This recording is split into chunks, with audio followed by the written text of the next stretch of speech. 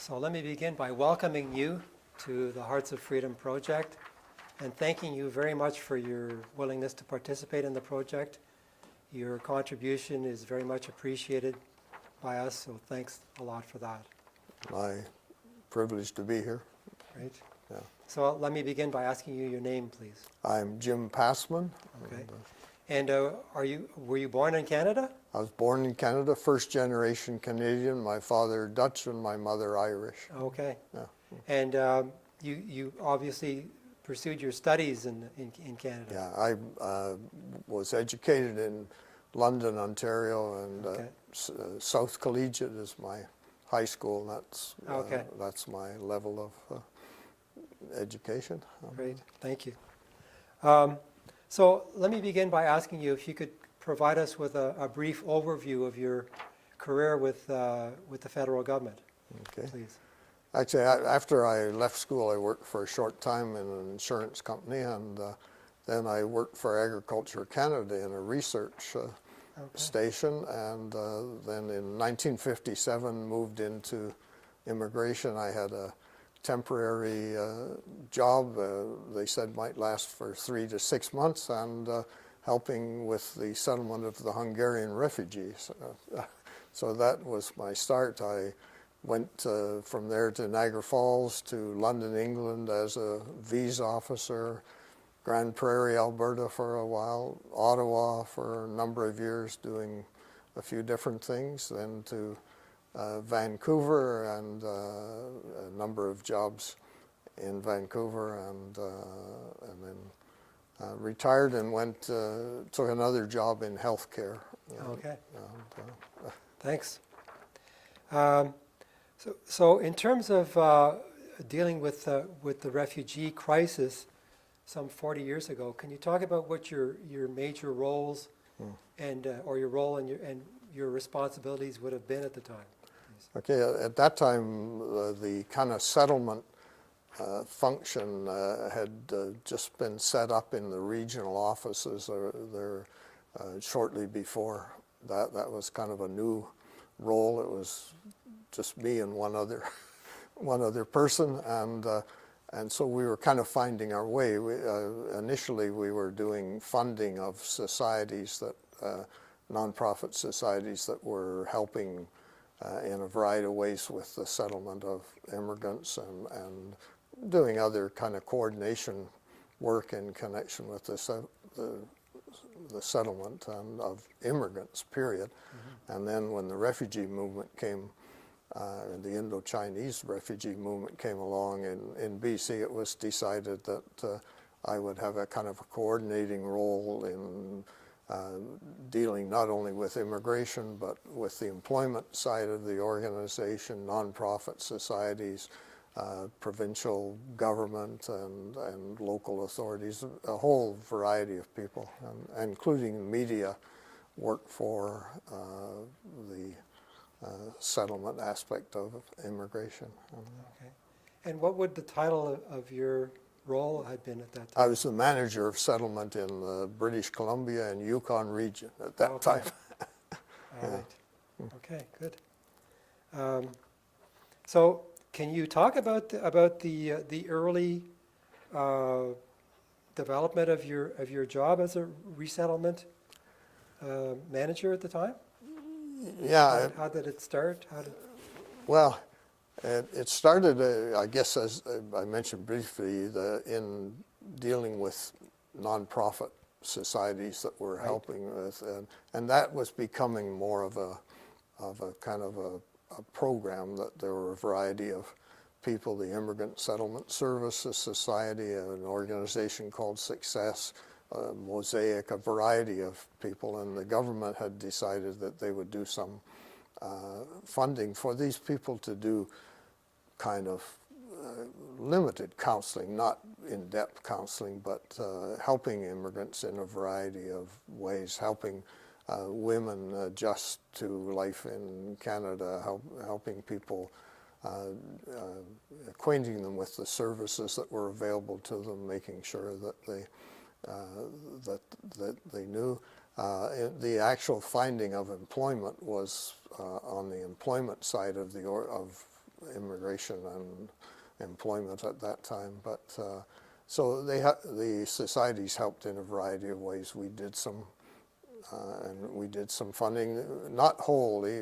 They were expected to raise money from other sources too, and so that was how we worked. And but it was a natural thing when the refugee movement came along to kind of center things in one spot, and to be involved in a whole variety of ways. When we started, not really knowing what we'd be involved in. Right. But, I imagine that the federal government might have had some responsibility with English language training. That's right. Yeah, and there was another component of our department that purchased training, anyways, and so they were involved with the purchasing of the training. A lot of it was from provincial organizations or nonprofit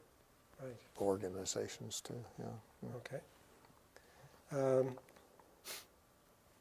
So, given that you, at the time when they were starting to transport Vietnamese, Cambodians, and Laotians to Canada, so I'm going to assume that you would have worked with a number of staff who had experience working with immigrants in organizing a process for welcoming the refugees who were arriving in Vancouver to settle. How did you go about with that? Okay, perhaps maybe I could say one of the first things that hit us was the dealing with the refugees at the airport. It was normal practice. All immigrants are documented when they arrive at the airport. We were accustomed to doing that. That takes a bit of time. Their official papers are filled in, and they are, apply for their social insurance number and things like that. So we were accustomed to doing that, but usually after we documented the immigrants, they went on their way. Some family met them or something else happened. But we were dealing now with people that were some coming to Vancouver and many going on particularly to the prairie provinces and a whole variety of places. One of the aspects of the program was that the Vietnamese refugees were distributed widely across Canada and to many smaller communities, which didn't always happen with immigrant groups of people. And so we would, the airport in those days was under some construction. They were starting to rebuild it. It was crowded. We didn't have a lot of space. And we would end up with maybe a plane load, particularly once charter flights and the Canadian Forces flights, we'd have a plane load of people, and they'd be there all day, maybe, or part of the day while they were waiting to for their flight to Moose Jaw or wherever they were going, a number of places. So it wasn't, we had to adjust to not only documenting the people, but dealing with connecting flights, kind of babysitting them for the daytime, small groups of people. We didn't want them to get lost, and wanted to make sure that if they came in at 8 in the morning and weren't going out till 4, that they were still there, so they had to be fed.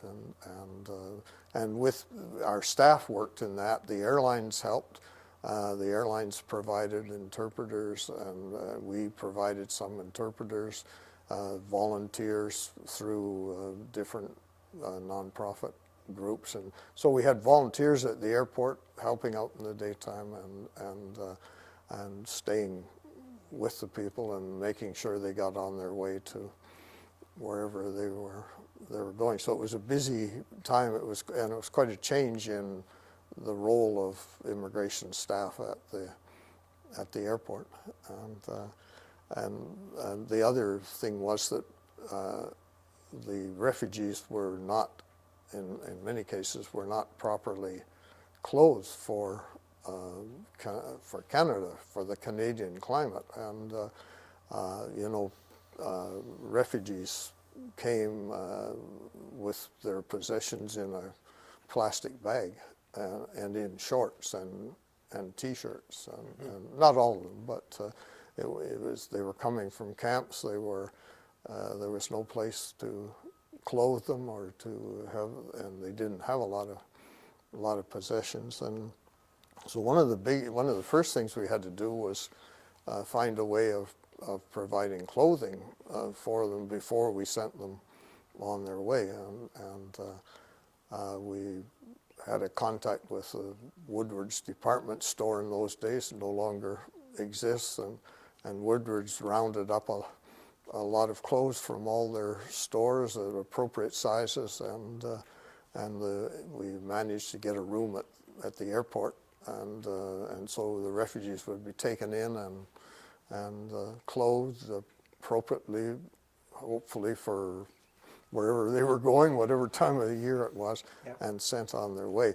Later on, as there were more people coming, and we actually had to rent a storage space off-site and set up a clothing place and take the refugees over by bus to that place and bring them back again. And so that was part of what happened at the airport, and which was the first thing kind of to hit us. The refugees that were staying here, we had,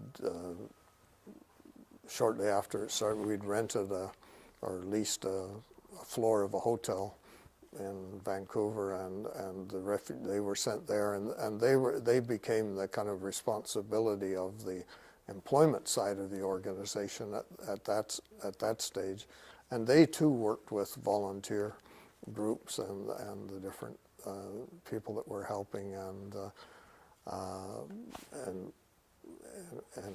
so there was lots of new activities going on, and lots of different things for people to do, lots of opportunities for volunteers to be So I imagine we're looking at a situation here where the staff are working long hours. The staff were working long hours. They were doing things that they hadn't always done before. If I remember right, we were able to get some extra support, but it took a while for some of the things to work through the system. Eventually, we had a floor of a hotel out near the airport, and we had 4 ones that might be staying overnight, and or longer if there was some need to stay longer, and we had other things on standby.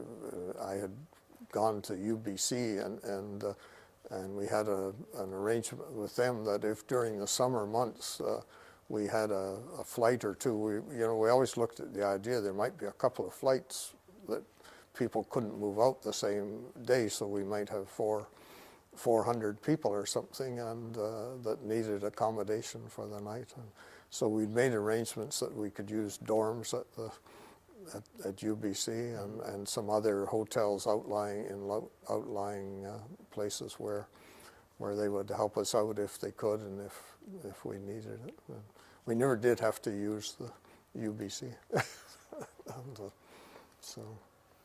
So just so I understand, so that means that there were a number of refugees that were arriving by airplane to Vancouver and hadn't been processed yet? No, that would mean they couldn't move on to their final destination. Oh, okay. They would all be processed at the airport, okay, before they left the airport, and but it was, they might not be able to move on to Calgary or right, Winnipeg or something. In those days we used to have more fog. There were times that planes couldn't fly, and or there might be other problems. As I say, we never did have a major problem. right. Yeah. We were always able to easily accommodate people. Yeah, I don't think my question was clear. What I meant was it a case where you would have had refugees that would have arrived at the airport, and Vancouver would have been their very first destination? Yeah. Oh, that was the case. Well, there was two groups, the ones that were staying in Vancouver and the ones that were moving on. Right. And the ones that were staying in Vancouver went to the hotel in downtown Vancouver, Yeah. by and large, or some had friends, or later on, as the sponsorship thing took hold, the sponsors were there to meet them too.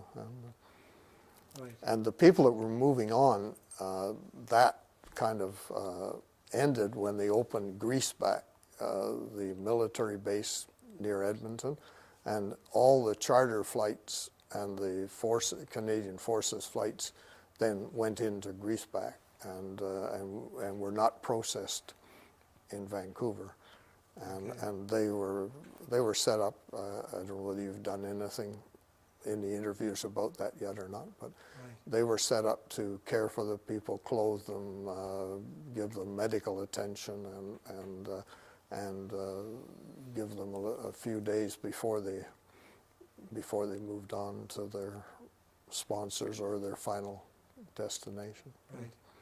So at that time, what you're saying is later on, Edmonton would have become a central hub. Yeah. And then from Edmonton, some refugees would have been flown to Vancouver to establish That's possible. themselves. Yeah. Right. Yeah. Okay. Yeah. Can you share some experiences, your experiences or experiences of your colleagues about what their relationships would have been with the refugees? I mean, a lot of the refugees were arriving in Canada. This was brand new to them. It was a whole new experience. How did they relate with the refugees? How did the refugees relate with your colleagues, with the staff that was greeting them?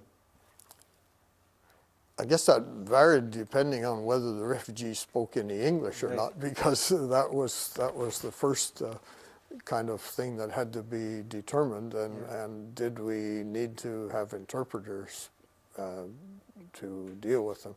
So if they were dealing with the ones that were staying in Vancouver, they would be dealing with a settlement center in downtown Vancouver, and they were organized to deal with them. They had volunteers, they had interpreters, and they had support. The refugees, if they were being set up, they needed furniture, they needed accommodation, and so there were a whole lot of people involved there. The mayor's task force, one of the things they tried to do was organize help in getting furniture for people, which is, there are lots of people who have furniture maybe that they want to get rid of, but they don't always have it at the right time or in the right place, and so first thing is you need to store it. Well, that's a problem. You have to get a warehouse someplace, and then you have to set up a system. So there were lots of challenges there in getting the furniture. Some of it could be bought, and there was money to set up refugees and help them with furniture and that in their early days. I think from my own experience in the early days with the Hungarian refugees, you would be with people, you'd be in their home, in their apartment, you'd be often in the evening or something, and if they had medical needs, if they had problems, you would be dealing with these issues, helping them. And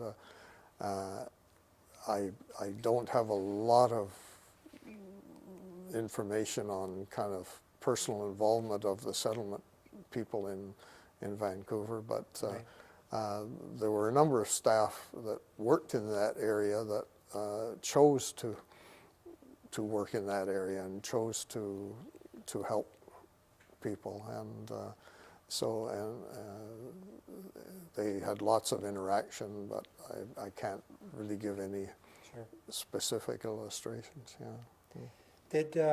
Did you and your staff have any responsibility with trying to find sponsors for the refugees, or was that someone else's Well, responsibility? we processed the sponsorship applications of groups. That was immigration staff processed those applications, and I guess we had a responsibility that would be, and trying to find them, that would be part of what we'd be doing in our PR, and then working with groups that wanted to sponsor, and working with, you could be an organized group, or you could be 5 people that formed a group, and so we would go, and our staff would meet with these 5 people, and talk to them, tell them what would be required, fill in the forms, do the paperwork. It would have to be approved somewhere along the line.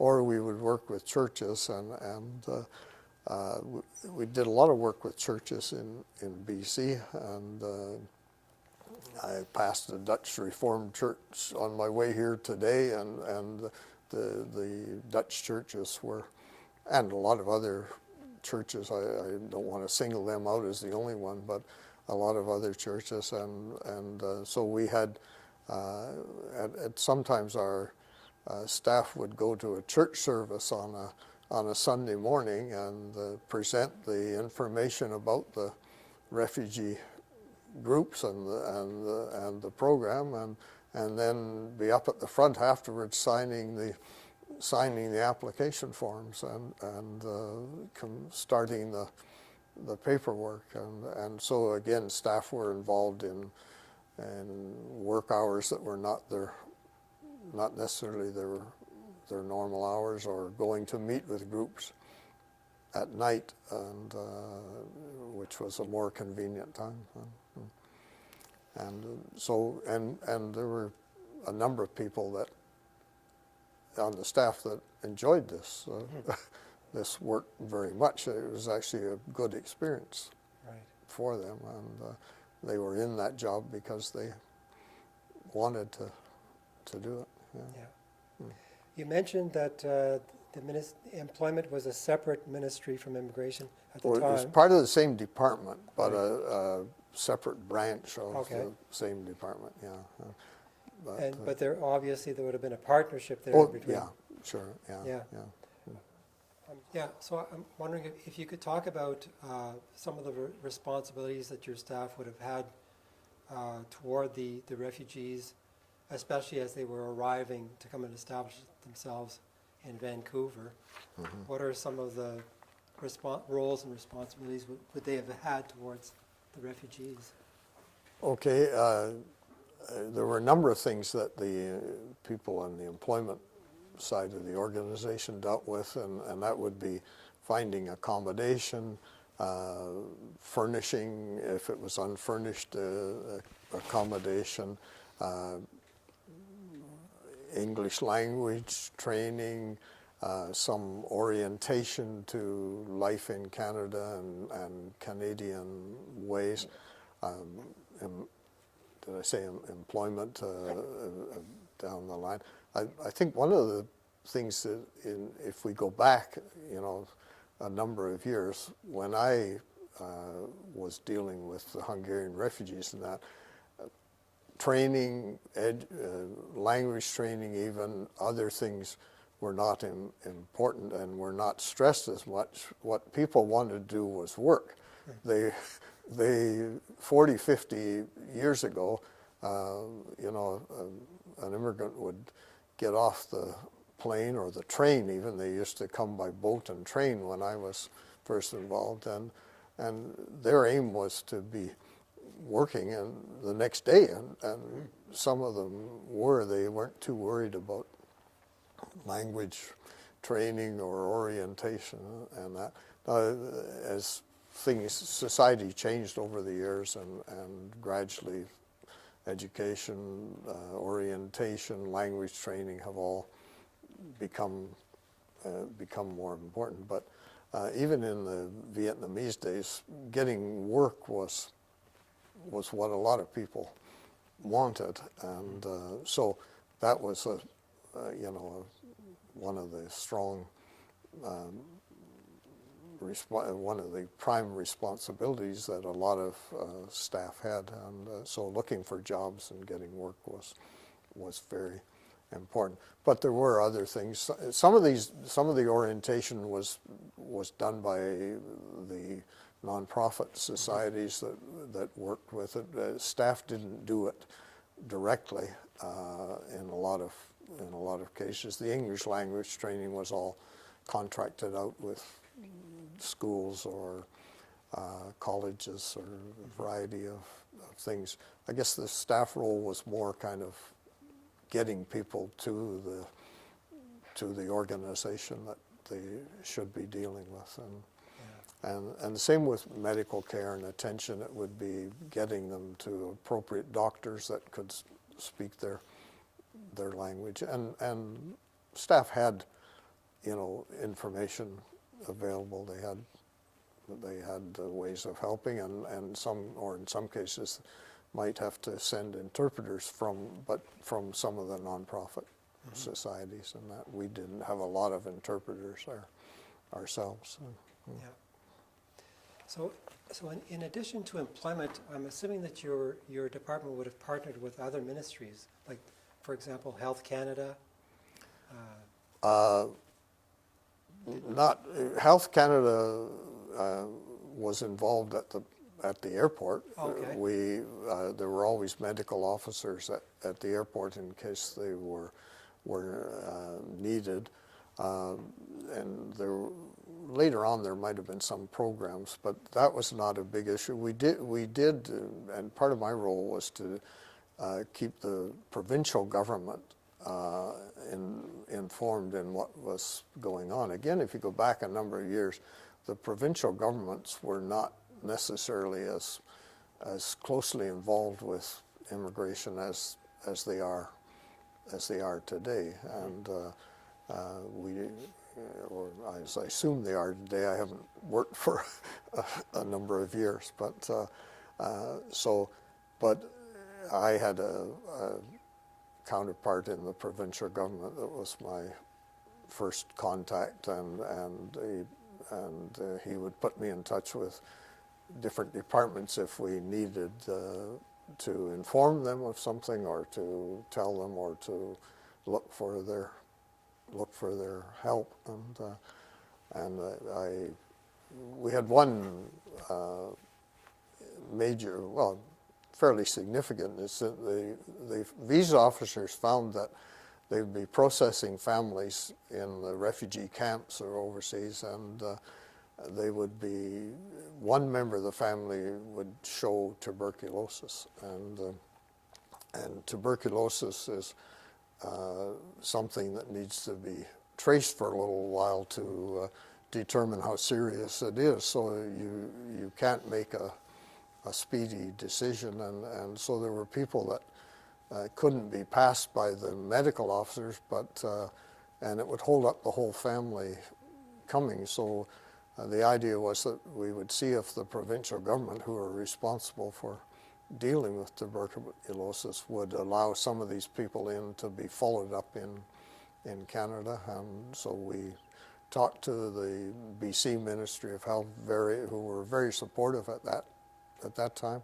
and said, yes, we'll allow them in, we'll follow them up here. They wanted to see the case first, and they brought back a doctor out of retirement who was a specialist in this, and had him available on call to kind of deal with the whole thing. And so we were able to speed up the approval of a number of families, allow the person with TB into the country, and they were followed up and treated here if necessary. As best I remember, nobody had to be hospitalized. They could all be dealt with by medication, but that was, one thing I remember of an actual situation with the provincial government where they were directly involved. Most of the time it was keeping them in the picture on what was happening. I'm going to assume that in the early days and weeks and months that you were dealing with the refugees as they were arriving in Canada, you wouldn't have had much time to compare notes with others of your colleagues across Canada on how they were going about dealing with the refugees. Did you ever have opportunities to compare notes with anybody? I had a counterpart we had kind of 5 regions in Canada at that time, and so I had a counterpart in each region that we talked to. I think I remember one meeting in Ottawa that I attended, but because of the early processing thing with the people going to the prairies, I was involved with my counterpart on the prairies quite a bit, and when they were setting up the station at Greaseback, I was there several times to work with them and consult with them on what they would do and what they should be doing based on our experience. And right. so we did have some. Okay, so there were some opportunities to develop some practices, I guess, that Yeah. some kind of best practices. Yeah, and other people, you know, the receiving offices in the early days, I think, had some input as to what would be helpful in Greaseback, what they should be doing that would be helpful, because they had received the person right off the plane, say in Moose Jaw or something, and so they had experience with that and what would be helpful to them to be done at Greaseback. Right. The other thing that I would be interested in hearing from you about is the different partnerships that you would have had with, as you say, nonprofits or volunteer organizations, etc.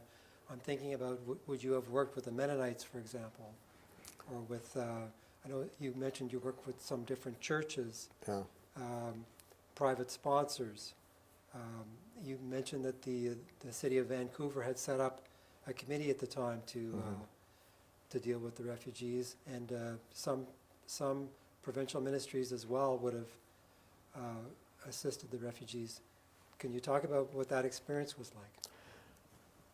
Okay, a lot of our work with the churches was related to the sponsorship, Okay. and so the sponsorship was a group of 5 people, an organization that already existed, some kind of a non-profit organization, that church, a service club,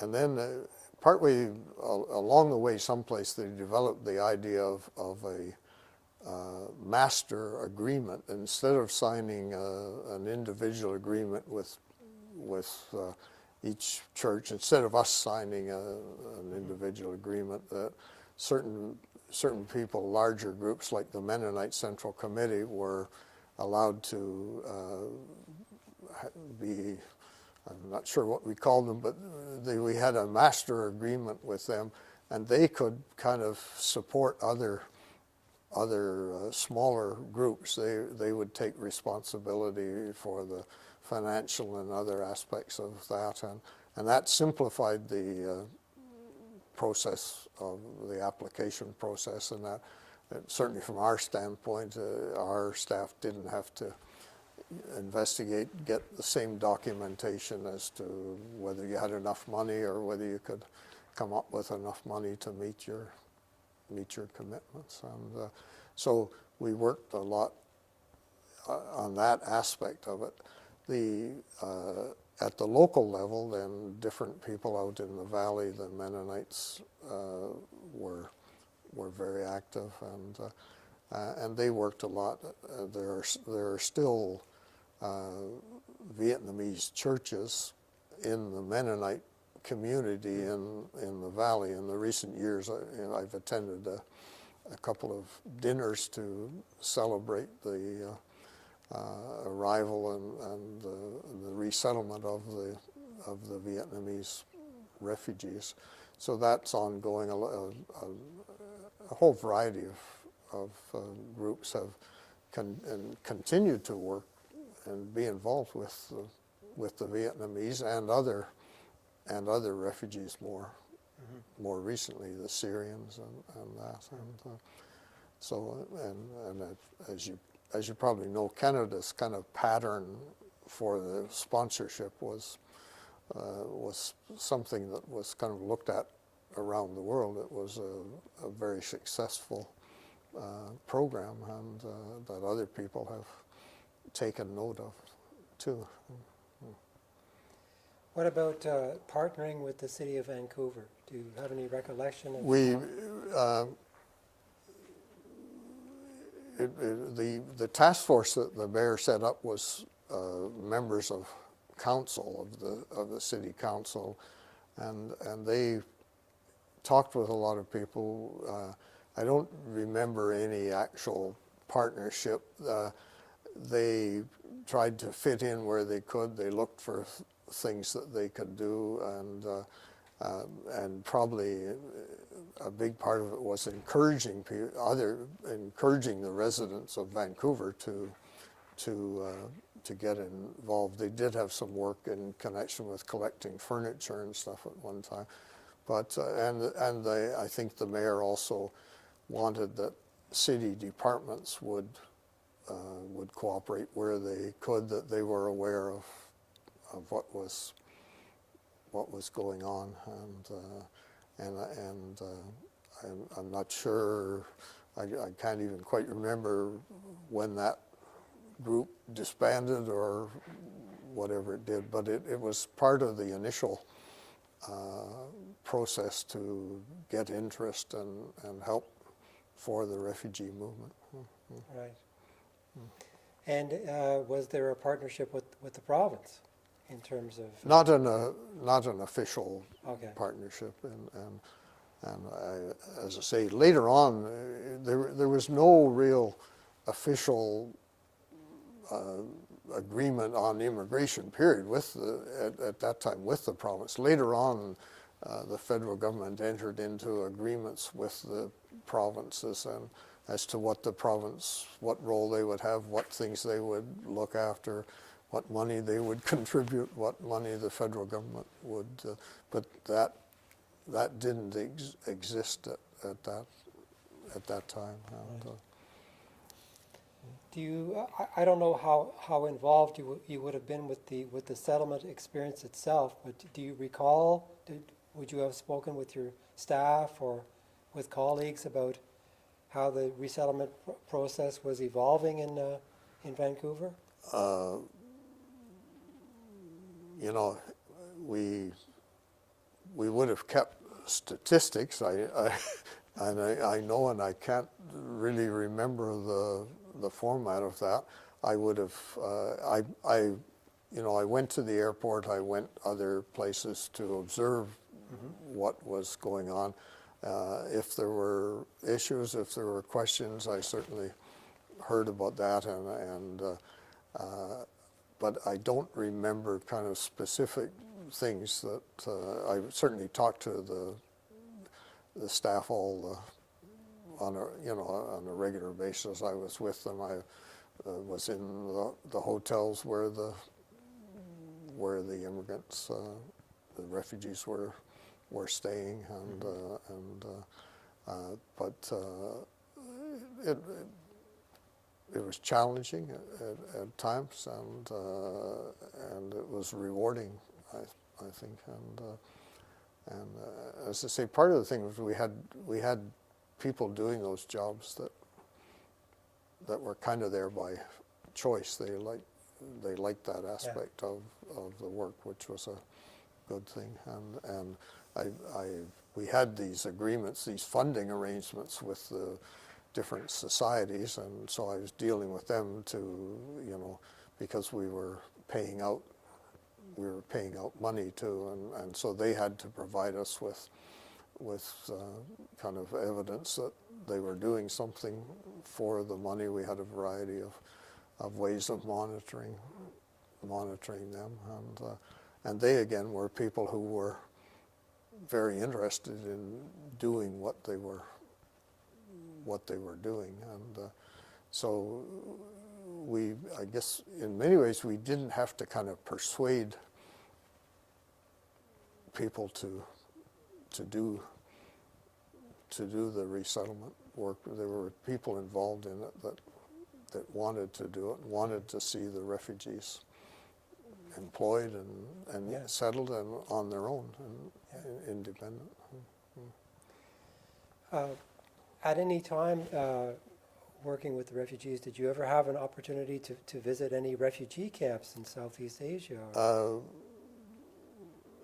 Not while I was in the settlement Okay. role, but I did visit the camp in Indonesia called Gelong, Okay. and which you may know was on an island. The Indonesian authorities they have many islands. They had people arriving all over the place in little boats, and they kind of gathered them all together and kept them in this one large camp. And in 1985, I was doing some other work outside of Canada, and I was in Singapore, and Singapore was responsible for the camp at Galang, and so I went there for a couple of days, and which involved going from Singapore on a couple of boats and to a small town where there was a hotel, and then going each day by boat to the refugee camp. We didn't live or stay where the camp was, and so that was a camp that over its lifetime saw a 250,000 people, 250,000 refugees there, and it was kind of an interesting experience. In that the authorities were very slow in issuing me a visa to go there, and because they hadn't always run that smoothly at the camp. They did some, and we don't know why. We think they were wondering why I was coming, and so we had applied in Canada before I even left on the trip. Didn't get the visa, and I got to Singapore. I was in Thailand first, and then went to Singapore, and my visa still hadn't come, and it only came the day before I was due to go. But when I went with a Singapore visa officer. We went over, and she was going to process refugees there, and I was going to observe what she had to do and what work was like in the camp. And when we got there, the military leader of the camp was there to meet the boat, and when I come in, and a number of people came in on the people going to work for the day, and he was very friendly and said I could have his driver and his Jeep. I could go anywhere in the camp that I wanted, and anything. So I got a very good reception, and so I had a good opportunity to look around the camp, and spent a couple of days there. Can you share your impressions of what you saw? Yeah, at that time, this is 1985. It had been operating for some time, and I think there was less pressure. Things seemed well organized. There were a number of groups there. The refugees were living in pretty basic accommodation. Some of them, they were long wooden huts open on the side, 2 levels.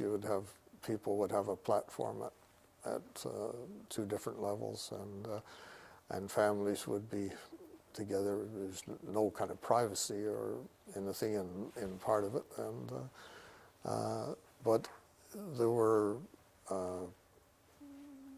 some of these people had been there quite a while by that time, and it was questionable where they were going to go or when they were going to go, and so they had settled to life. Some the people had little businesses along the walkways and that the family had sent them money from overseas, and they were able to buy things and sell them, and a pattern had been established. There were English language classes, there were people learning trades. A lot of this was done by NGOs, and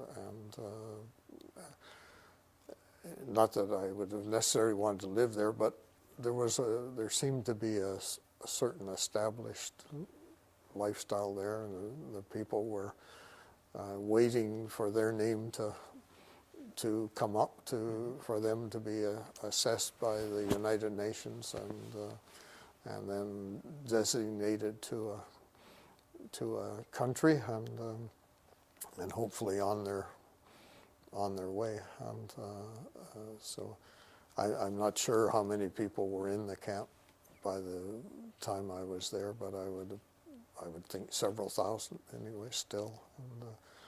And that camp ran for quite a while and eventually was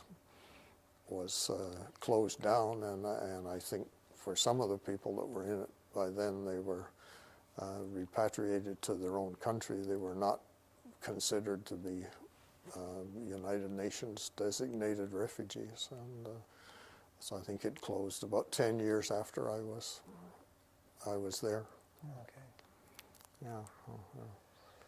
So in the years after your career working with refugees, I'm assuming, or did you have opportunities to attend conferences or celebrations or associated with? I've attended celebrations. There was a large dinner, Thank You Canada dinner, put on by the Vietnamese community in Toronto, and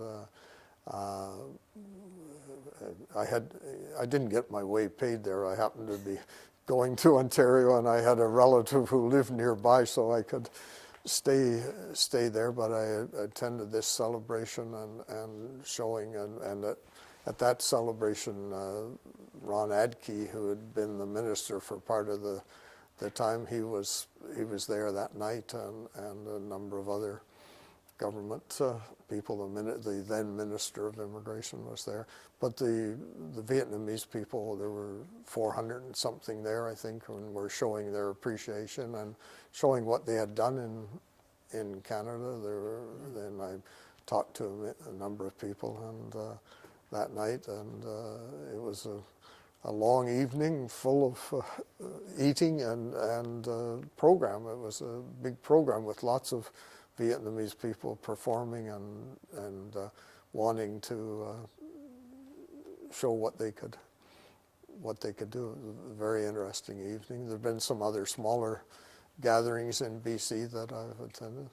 Also,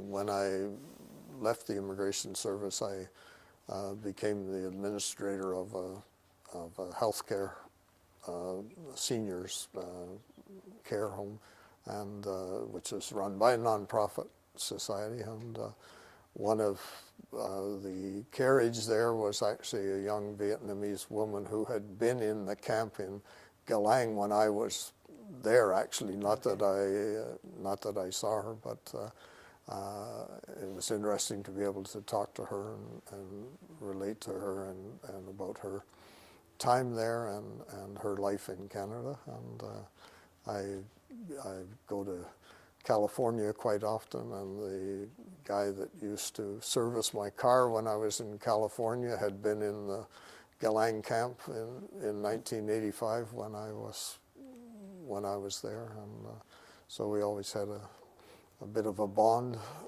there. It was interesting for him to see somebody that had been in the camp, and so understood where he had lived and what life was like for him. Right. Mm-hmm. Have you ever been approached in the last few years by private groups or organizations to come and talk to them about your experience working with refugees? And Not really. At some of these things, I'm asked to say something, but not. They don't want a particularly long talk or anything. They Right. want me to say a few words. But Right. yeah. But I actually did. Maybe a little off the subject, but when I was the administrator of the long-term care home, we were always looking for care aides, and I worked with the Immigrant Services Society in Vancouver, and we were involved in a program they developed to train care aides, which was mostly for immigrant people and not necessarily Vietnamese refugees, but immigrant people in the period. So we did have our care home had an involvement with that, and then hired a number of the people that were trained in that program. So there's been a bit of spillover from my immigration days and some of the things I do. Yeah, so if you could talk about your opportunities to spend time at the airport, to observe the refugees arriving, that the fact of dealing with all this would have been a learning process for the visa officers. If you could elaborate on that, I'd appreciate it. Okay. Well, I think for the visa officers, it was a new experience in many cases, working under pressure, working in unusual circumstances, and I'm not sure that we can kind of compete with that about what we did in Canada, but it was a learning experience for us, and particularly at the airport in the early days. We hadn't dealt with large numbers of people like that needed help after processing. They needed to be cared for, and I often picture. I guess if I have one picture in my mind, it's being in the early days. I was at the airport quite a bit just to see what was needed, to see what happened, to help out in any situation. A lot of communication had to go on with different offices in Canada where the people were arriving. But I always have a picture in my mind of the Vietnamese refugees coming off the plane, shorts, a flimsy T-shirt, sandals or flip-flops, and all their possessions in a plastic bag. Their worldly possessions there with them, and this was not just individuals. This was whole families, and I guess I could wonder what was going through their mind, and I could wonder where they are today. I guess too. There's a lot, but that's probably the part that kind of sticks in my mind out of the whole process, and because they were out of place. For the visa officer, that's what everybody was how everybody was dressed where they were. But here these people were landed in Canada, and particularly if they came in the wintertime. So it was that's my, if I had one picture in my mind, that's it. And you mentioned there was a military flight where a child was born. Yeah, there was a mother to be boarded on the plane, and for some reason, I guess the child came early, and it was when the plane was, I think, up near Alaska or something, and so there was one extra passenger when the plane arrived in Vancouver, and it was fortunate in a way. It was the military plane, and because the staff, one of the staff was a trained nurse, and so they were able to set aside a little part in the back of the plane, And the child arrived, and the mother and the child were taken immediately to a hospital in Vancouver and kept here for a few days while the rest of the people went on to their destination. And then eventually, when they were everything was deemed to be suitable to move on, they went on to Toronto, and I have no idea where that person is today, but that was, you know, caused a bit of excitement at the time. And although the child was taken the mother and child were taken right from the plane to the hospital. So, and the processing was actually done a few days later after the mother had recovered somewhat. Yeah. So. As a final question, one of the important goals of this project is to provide information or teach the younger Canadian generation about that part of Canada's history and its importance in the history of Canada. So I'm wondering if you were invited by a college or a high school to come and speak to the students about what your experience was as dealing with the refugees, what do you think you would share with them? I mean, I'm not in as good a position as some people who were dealing firsthand with it. Right.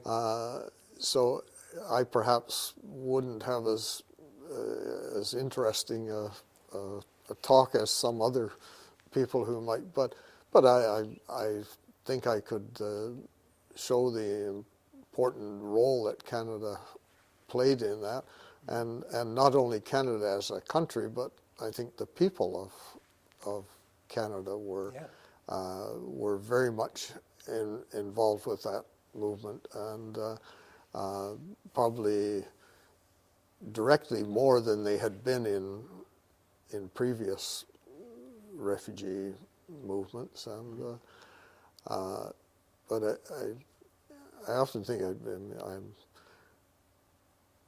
it's important, I think, for people to understand the conditions and the way things operated in the past too. There's one of my pet things is that people today tend to judge things on the basis of today's situation in the world, and I think it's important to know there were different times. Things were done differently. Right.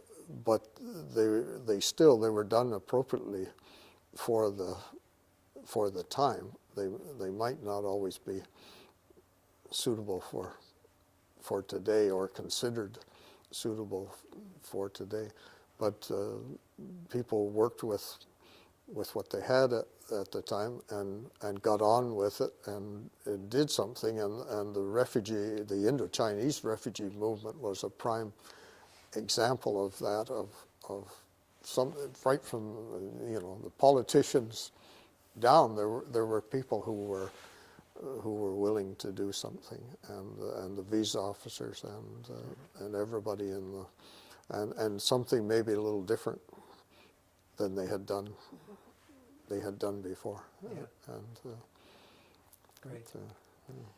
Thank you very much. Well, I very much thank you. appreciate your input. Okay. That's great.